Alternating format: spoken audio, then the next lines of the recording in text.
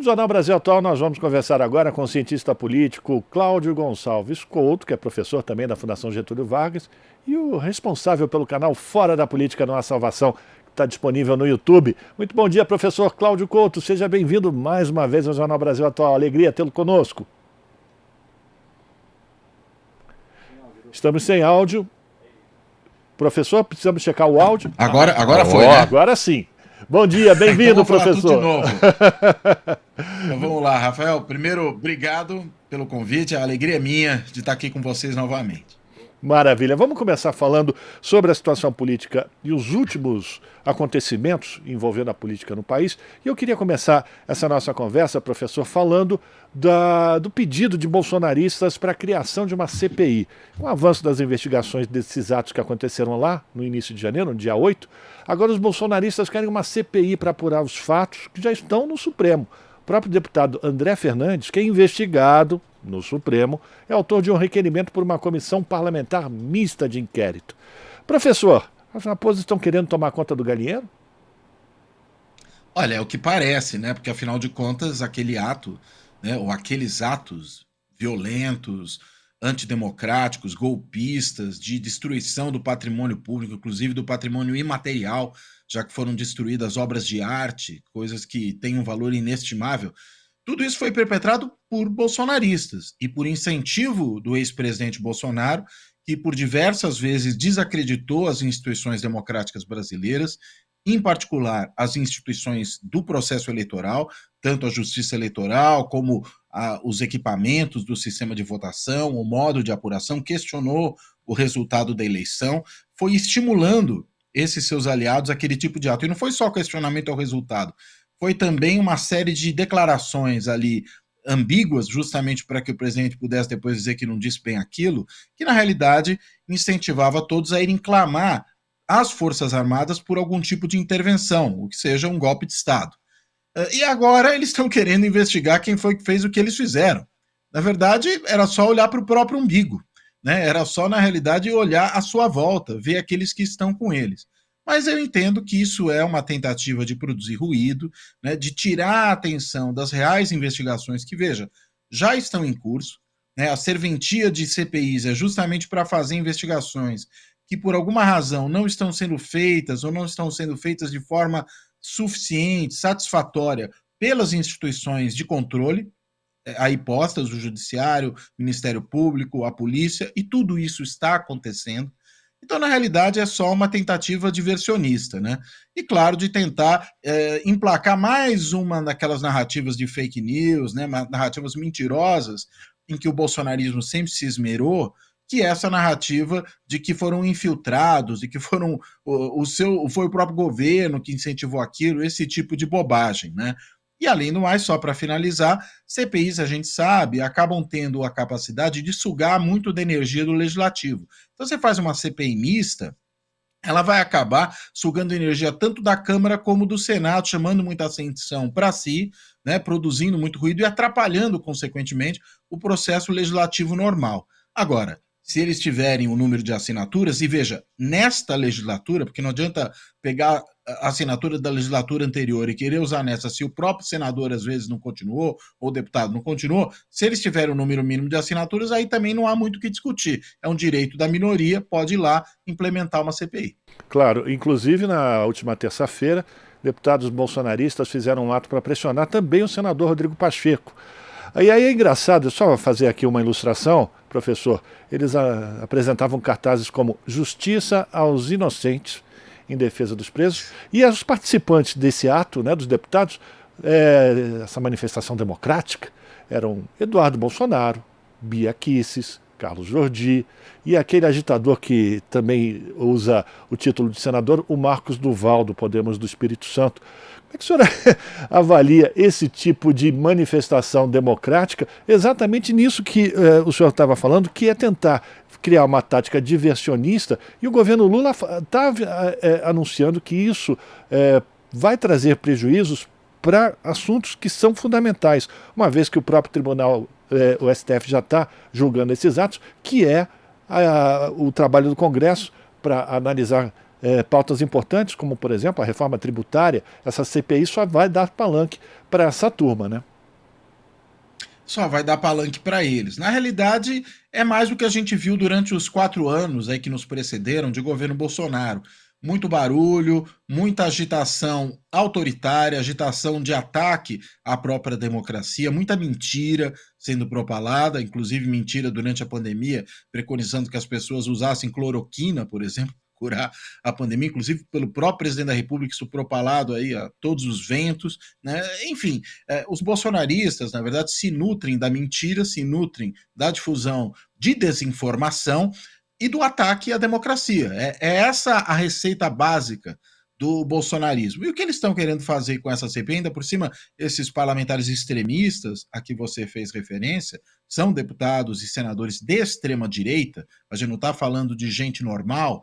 Então, o que eles querem na realidade é produzir realmente esse tipo de ruído, instabilidade política, instabilidade para o governo e mais, instabilidade para o próprio regime democrático. É sempre bom frisar isso, enfatizar isso. O bolsonarismo é inimigo da democracia e, consequentemente, ele a ataca de todas as maneiras possíveis o tempo todo. Nesse sentido, ontem o Alexandre de Moraes teve um encontro com representantes das plataformas digitais e disse que as redes sociais foram instrumentalizadas por radicais e defendeu a adoção de novas regras contra as fake news. E aí também me chama a atenção, professor, o Alexandre de Moraes pediu aos representantes das redes sociais que eles elaborem propostas a fim de aumentar o controle contra as fake news. Isso também é producente, professor? Olha, eu acho que é um pouco parte do processo de negociação, de diálogo, né? Faz todo sentido, já que você vai criar algum tipo de marco regulatório. E o próprio Supremo tem tido que agir, o Supremo, o Tribunal Superior Eleitoral, esses tribunais têm tido que agir na área de regulação, na ausência de uma regulação efetiva definida em lei.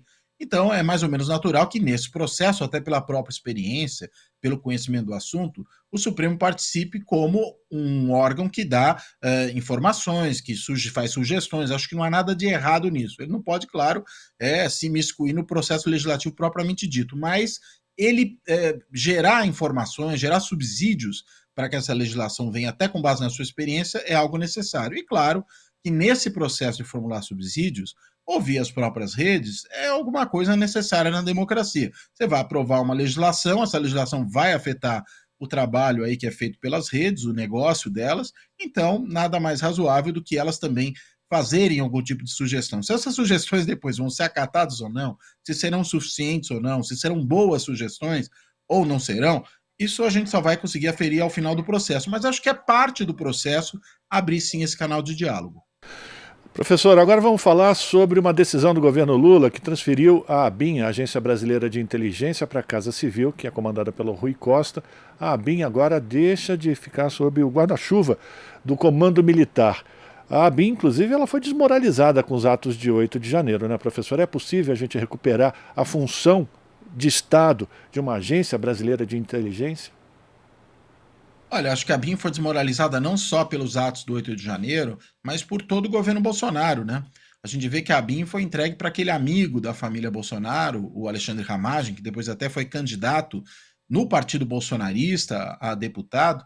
Enfim, a BIM foi instrumentalizada, como vários outros órgãos de governo, pelo bolsonarismo e pelo militarismo bolsonarista, né? As duas coisas aconteceram aí ao longo dos últimos 4 anos, e claro, isso desacredita qualquer órgão público, quanto mais um órgão público que lida com questões de segurança ou questões de inteligência, como é o caso da ABIN, né? Agora, tirar do comando militar me parece que é algo que tem que ser entendido também num contexto um pouco mais amplo de uma certa desmilitarização geral da política brasileira e do governo.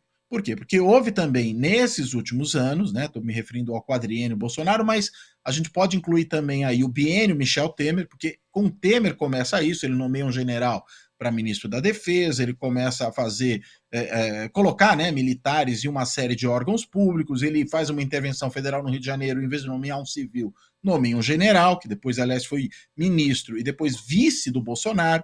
Então, só por aí a gente já tem uma boa medida do grau de militarização que atingiu o governo. Então, desmilitarizar a BIM, que não precisa ser um órgão militar, pode ser um órgão de inteligência civil e levá-la para o guarda-chuva, veja, da Casa Civil, que no governo militar não, no governo Bolsonaro, que é um governo militar, também foi ocupada por militares, né? A Casa Civil ocupada por militar é quase uma contradição nos termos, se é que não é uma contradição pura e simples.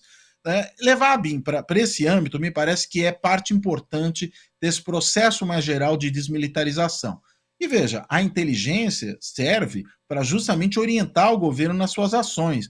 Isso não precisa estar sob guarda-chuva militar. Isso precisa estar sob guarda-chuva de gente que, primeiro, entende de operações de inteligência, garante que essas operações de inteligência vão dar informações necessárias para o governo tomar decisões, inclusive decisões relativas à segurança, e, se for o caso, até mesmo acionando, aí sim, as Forças Armadas, mas eu acho que isso é muito salutar dentro desse processo geral. E, claro, ainda mais depois desse histórico específico da BIM, desde a sua vinculação direta à família Bolsonaro, como também a sua instrumentalização pelo GSI do general Heleno, o pequeno, né, que procurou instrumentalizar todos os seus órgãos, e o GSI também foi um órgão muito problemático durante esses últimos anos, e também no 8 de janeiro, né, o general Heleno procurou instrumentalizar isso tudo a favor do seu projeto autoritário, extremista, fascistoide. E aí, consequentemente, né, é parte dessa reorganização do Estado brasileiro e dessa reconstrução da administração pública brasileira, tirar um órgão como a BIM desse guarda-chuva militar. A gente está conversando com um cientista político, professor da Fundação Getúlio Vargas, professor Cláudio Gonçalves Couto, que também comanda o canal no YouTube Fora da Política Não Há Salvação. A gente está fazendo uma avaliação de diversos fatos da área política aqui no Brasil. E aí eu queria uma avaliação tua, professor, ainda como reflexo dos atos do dia 8 de janeiro, que foi a manutenção do Alexandre de Moraes da prisão do ex-ministro da Justiça, ex-secretário de Segurança do Distrito Federal, Anderson Torres. Como é que o senhor avaliou também essa decisão de mantê-lo? Ele ainda é capaz de produzir ou eliminar provas dos atos que aconteceram no dia 8, no sentido de quem mandou financiar, enfim, quem organizou tudo o que aconteceu em Brasília? Olha, olhando de fora, né, de quem não está envolvido na investigação nem no processo, eu não vejo muita razão de manter essa prisão, que é uma prisão preventiva, é bom que a gente diga isso. Né? E veja, para sermos coerentes, né, a gente viu todo aquele abuso de prisões preventivas durante a Operação Lava Jato, né, que mantinha as pessoas presas até que elas confessassem alguma coisa. Era uma forma de tortura, na realidade. Você torturava as pessoas mediante prisão para que elas delatassem alguém, delatassem alguma coisa, ou fizesse algum tipo de confissão que não necessariamente seria verdadeira. Foi esse o modus operandi lá do Deltan Dallagnol, Sérgio Moro e companhia bela. Foi isso que eles fizeram.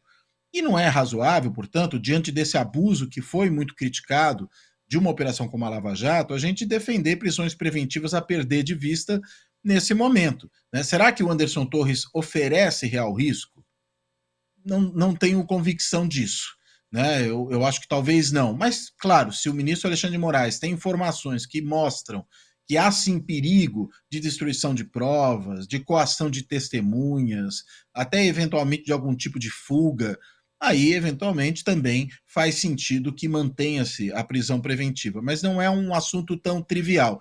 O importante é que o Anderson Torres responda depois aí sim de julgado e sentenciado pelos seus atos. E aí, claro, que aí uma prisão não preventiva, mas uma prisão definitiva, né? Essa sim faz muito sentido, não só para ele, né? Mas para todos aqueles lá que foram levados para Papuda, para Colmeia, os golpistas de alto e baixo coturno. Acho que todos esses aí têm que ser responsabilizados, mas não entendo que prisão preventiva a perder de vista seja necessariamente a ferramenta adequada. Acho que não é. E aí, claro, tem que se avaliar o caso com as suas especificidades. Agora, para a gente terminar, professor, só uma rápida avaliação. Foi descoberto que um auditor da Receita instrumentalizava, passava informações que eram de caráter sigiloso para o Bolsonaro, para talvez fazer chantagem ou fazer pressão em cima de procuradores e tudo mais que pudessem atrapalhar os planos do Bolsonaro de instalar uma ditadura no país, vamos falar assim. Como é que o senhor avalia Sim, é claro. esse avanço dessas investigações como pano de fundo, inclusive para responsabilizar o Bolsonaro caso ele volte ao país por conta dessas ações todas que ele tomou ao longo dos últimos 4 anos?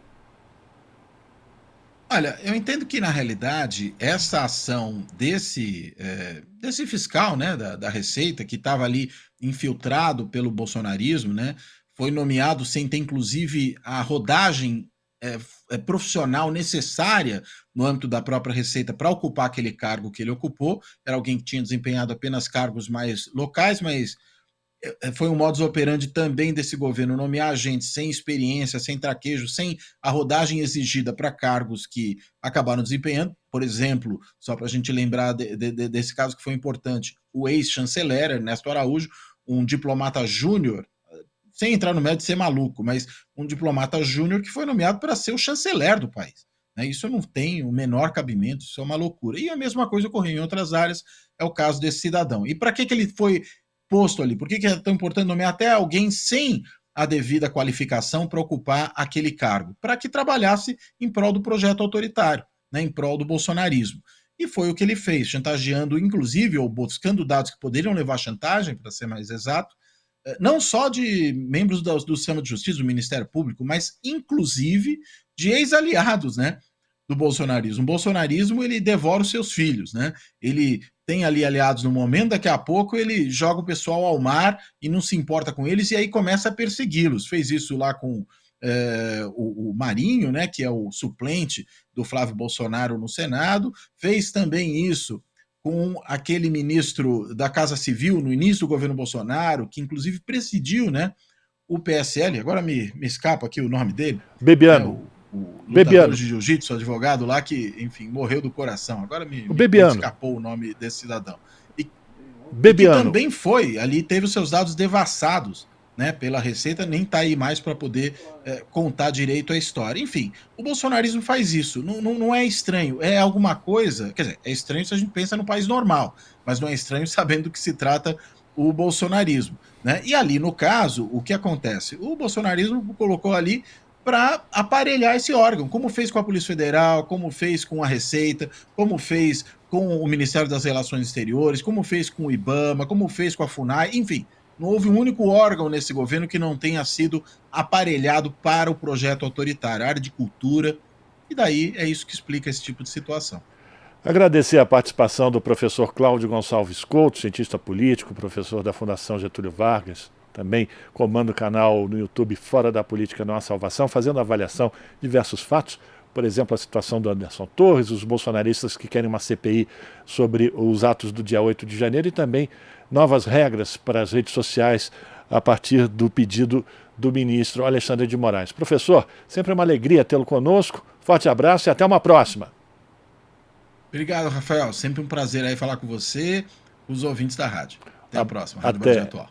Conversamos com Cláudio Gonçalves Couto, aqui no Jornal Brasil Atual. Estamos apresentando Jornal Brasil Atual. As notícias que os outros não dão.